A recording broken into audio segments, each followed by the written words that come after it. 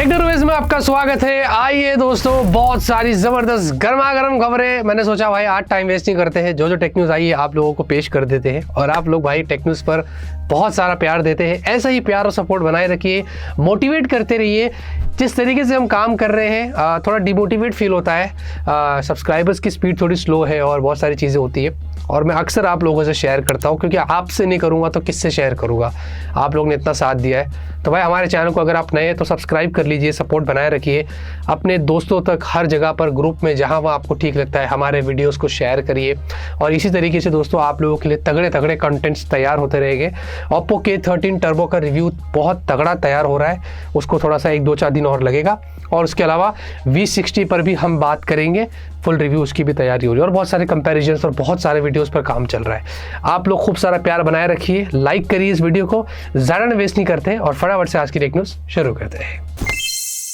पहले खबर की शुरुआत करते हैं वीवो से। फाइनली इंडिया में वीवो ने आज अपने V60 को लॉन्च कर दिया है। इसमें आपको बहुत सारे वेरिएंट्स मिलते हैं। शुरुआत जो होता है वो 8128 से 37,000 और इसमें LPDDR4X और UFS 2.2। मेरे हिसाब से 30,000 के ऊपर ब्रांड को 128GB LPDDR4X UFS 2.2 ये देना ही नहीं चाहिए। अब इसमें आपको Snapdragon 7 Gen 4 मिलता है। फिर भी जो परफॉर्मेंस है ये बैलेंस्ड है। इस प्राइस रेंज पे हमें पता है और भी इससे बेटर परफॉर्मेंस वाले फोन्स मार्केट में मिल जाते हैं। और भी कैमरा सेंट्रिक फोन है, बैटरी बड़ी दिया है, अपडेट साइकिल बढ़ा दिया है, 4 साल कर दिया है। और वही आपको ठीक ठाक फन टच OS का एक्सपीरियंस यहाँ पर देखने को मिलता है।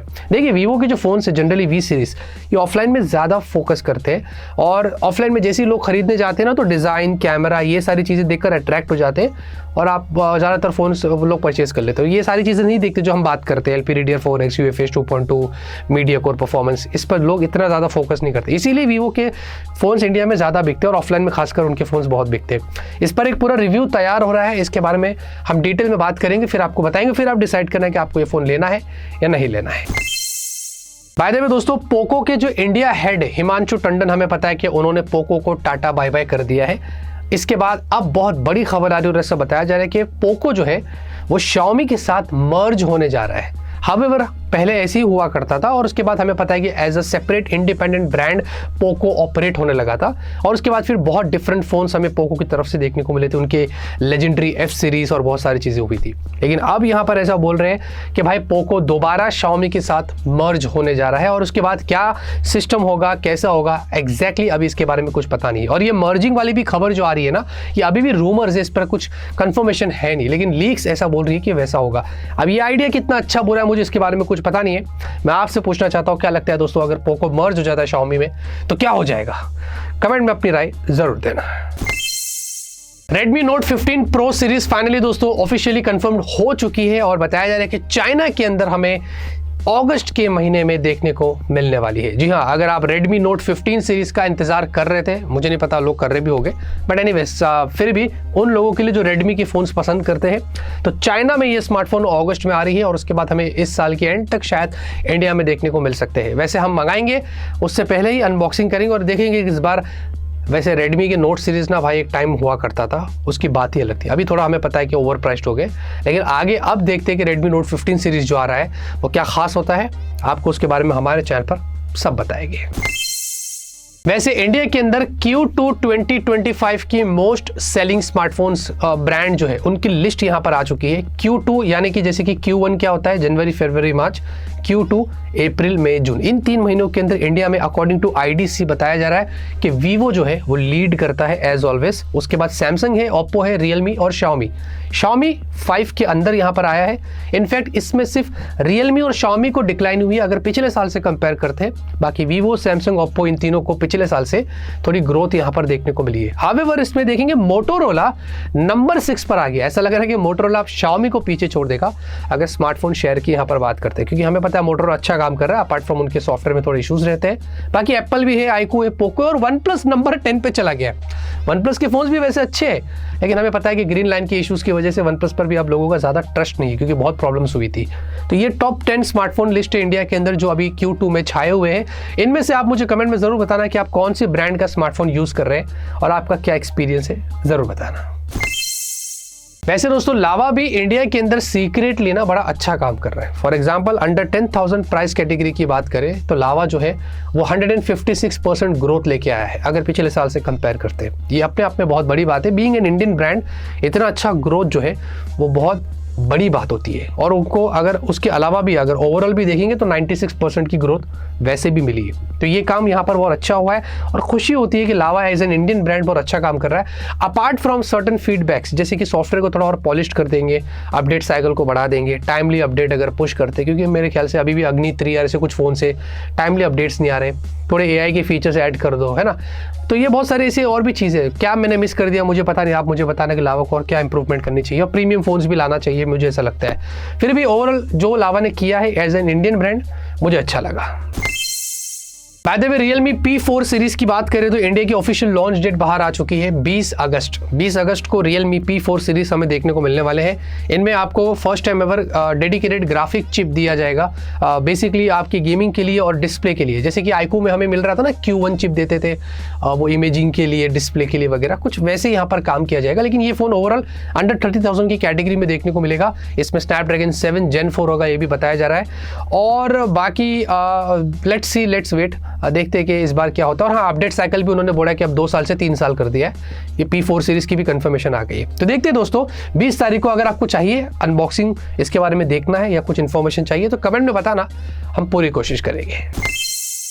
वैसे दोस्तों जियो की तरफ से काफ़ी बड़ी खबर आ रही है और बहुत अच्छी खबर है। बताया जा रहा है कि जियो वर्ल्ड की लार्जेस्ट टेलीकॉम ऑपरेटर बन चुकी है विद 480 मिलियन सब्सक्राइबर्स, यानी कि 48 करोड़ लगभग 50 करोड़ के आसपास। ये मेरे हिसाब से डेटा ट्रैफिक कंजम्पशन के हिसाब से होगा, क्योंकि आज भी चाइना मोबाइल वर्ल्ड की लार्जेस्ट टेलीकॉम ऑपरेटर है विद 1 बिलियन ऑफ सब्सक्राइबर्स, ठीक है ना। तो नंबर ऑफ सब्सक्राइबर्स की अगर बात करें तो चाइना मोबाइल आज भी आगे, या आप डेटा कहीं पर भी सर्च करेंगे आपको पता चल जाएगा। ये अलग मेरे ख्याल से डेटा ट्रैफिक कंजम्पशन की अगर बात करें तो उस हिसाब से यहाँ पर ये लार्जेस्ट टेलीकॉम ऑपरेटर जियो बन चुका है। बाय द वे इसमें से ऐसा बताया जा रहा है कि 191 मिलियन यानी कि close to 19 crore 5G network इस्तेमाल करते हैं जियो का। तो ये भी बहुत ज़्यादा बड़ी खबर है। लेट्स वेट, 5G है, अब 6G आ जाए तो बड़ा मज़ा आ जाएगा। 6G को वैसे टाइम है। लेकिन आप बताइए दोस्तों, जियो का सिम कार्ड अगर आप यूज़ करते हो तो आपका क्या एक्सपीरियंस है, कमेंट में ज़रूर बताना। Samsung Galaxy S25 fan addition, अगर आप बाय चांस इस फोन का इंतजार कर रहे हैं तो भाई सितंबर 19 को इसकी लॉन्च डेट लीक हुई है और बताया जा रहा है कि ये स्मार्टफोन आने वाला है। मोस्ट प्रॉब्ली डिज़ाइन थोड़ी अलग होगी, आपको इस बार बैटरी थोड़ी बड़ी देखने को मिलेगी, बाकी कैमरे में थोड़ा इंप्रूवमेंट्स किया जाएगा, ये भी बोल रहे हैं। एंड देन थोड़ी बहुत चीज़ें आपको एज ऑलवेज इंक्रीमेंटल अपडेट्स है तो सेम ही देखने को मिलेगा। पिछले साल आई थिंक 26 सितंबर को आया था, इस साल ग्लोबली, और इस साल अराउंड 19 सितंबर को बोल रहे कि आने वाला है। तो सैमसंग के काफ़ी सारे प्लान से S25 फैन एडिशन आ रहा है, उनके टैबलेट्स आ रहे हैं और बहुत सारी चीज़ें हो रही है। A सीरीज का भी एक फ़ोन आ रहा है, तो लेट्स सी, देखते हैं अगर जो ठीक लगेगा, अगर मुझे कुछ जमता है तो अनबॉक्सिंग करके सब बताएंगे।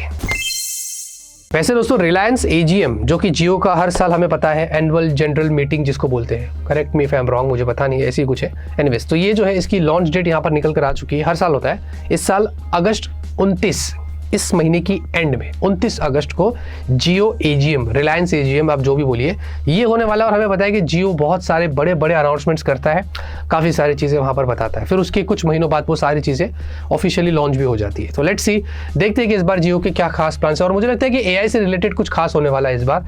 AI को आजकल बहुत प्रायोरिटी दी जा रही है, तो देखते हैं कि 29 तारीख को इस बार जियो हमारे लिए क्या करता है। Vivo T4 Pro, जी हाँ, Vivo T4 Pro ये जो स्मार्टफोन है इंडिया की BIS सर्टिफिकेशन पर पकड़ा गया है और ये स्मार्टफोन बड़ी ही जल्दी लॉन्च हो जाएगा। इसमें बताया जा रहा है कि आपको 1.5K वाली डिस्प्ले है, स्नैपड्रैगन 7 Gen 4 अभी तो भाई होना ही है। स्नैपड्रैगन 7 Gen 4 जैसे ही आया है सारी ब्रांड टूट पड़ रही है। V60 में आया, इनफैक्ट Realme 15 Pro में आया, तो भाई ये वाला फ़ोन कैसे पीछे हट सकता है। बट मोस्ट प्रॉब्ली अंडर 30,000 की कैटेगरी में होगा, एक ओवरऑल बैलेंस परफॉर्मेंस लेके आएगा, बैलेंस फीचर्स लेके आएगा। तो लेट्स सी, देखते हैं, ये आएगा मोस्ट प्रॉब्ली बोल रहे अगस्त में रहेगा, तो आपको उसके बारे में बताएंगे। वैसे दोस्तों अगर आप ओरिजिन ओएस का इंतजार कर रहे, सोच रहे कि वीवो के फोन्स में हमें फ्यूचर में मिलने वाला है, तो भाई ये पॉसिबल हो सकता है। एंड्रॉइड 16 के साथ वीवो इंडिया में पॉसिबली ओरिजिन ओएस को मर्ज कर सकता है, मतलब कंप्लीटली ओरिजिन ओएस तो नहीं आएगा, most probably some of it features जो कि जिसका हम वेट कर रहे हैं, थोड़ा स्मूथनेस हो सकता है, बेटर हो जाए, वो हो सकता है। यहाँ पर किसी ने पोस्ट किया था, ये बताया कि मैंने उनके साथ में काम किया है और साथ में हमने कुछ ट्रेनिंग भी करी थी, तो वहाँ पर बताया गया था कि एंड्रॉइड 16 के साथ ओरिजिन ओएस को हम लोग इनकॉर्पोरेट कर सकते हैं। तो इतना बड़ा बंदे ने पोस्ट करके सारी चीज़ें बताई। अब इसमें कितनी सच्चाई है और कितना झूठ है हमें इसके बारे में पता नहीं है, लेकिन लेट्स होप, हम भी होप करते हैं कि भाई अगर वीवो फन टच ओएस के साथ साथ कुछ ओरिजिन ओएस का मसाला दे दे एंड्रॉइड 16 में, तो हमेशा का जो सॉफ्टवेयर का प्रॉब्लम रहेगा ना, वो फिक्स्ड हो जाएगा। आज की टेक्नोलॉजी खत्म होती है, मैं करता हूँ आपको आज की वीडियो पसंद है कि पसंद आए लाइक करिए। तब तक के लिए ऑलवेज कीप स्माइलिंग।